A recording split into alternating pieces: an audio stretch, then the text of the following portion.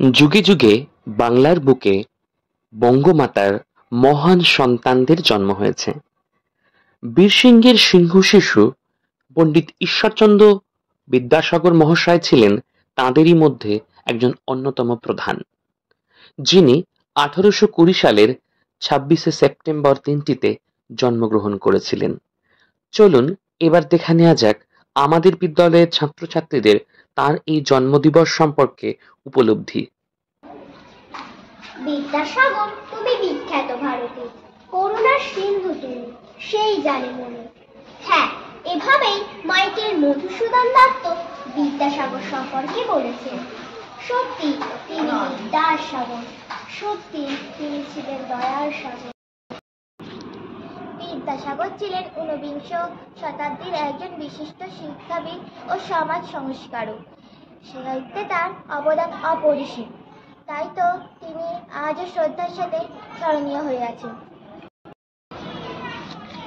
অর্থাৎ 1820 সালের 26শে সেপ্টেম্বর মেদিনীপুর জেলার বীরসিংহ গ্রামে জন্মগ্রহণ করেন পিতা ঠাকুরদাস বন্দ্যোপাধ্যায় ও মাতা ভগবতী দেবী। ছোটবেলা থেকে তিনি অত্যন্ত মেধাবী ছিলেন। এই নিয়ে অনেক গল্পও আছে।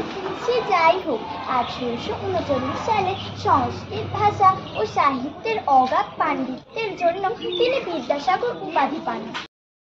উল্লেখযোগ্য বইগুলি হলো বর্ণ পরিচয়ের প্রথম ও দ্বিতীয় ভাগ, যা আমাদের নিত্য সঙ্গী।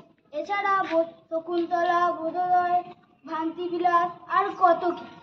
এই তো গেল সাহিত্যের কথা। এবার আমরা জানবো সমাজ সংস্কারক বিদ্যাসাগর। সমাজের মানুষের প্রতি, বিশেষ করে মেয়েদের শিক্ষা ও কুপ্রথার জন্য তিনি আজীবন লড়াই করেছেন। মেয়েদের শিক্ষার জন্য তিনি প্রথম কলকাতায় একটি হিন্দু বালিকা বিদ্যালয় প্রতিষ্ঠা করেন। তিনি মোট 35টি বালিকা বিদ্যালয় স্থাপন করেন, কারণ তিনি জানতেন মেয়েরা যদি না শিক্ষিত হয় তাহলে এই দেশ কোনোদিনও উন্নত হবে। আর তার বিধবা বিবাহ প্রথা প্রচলন, হ্যাঁ, নারী সমাজের প্রতি তার এই অবদান মানুষ চিরকাল শ্রদ্ধার সাথে স্মরণ করবে।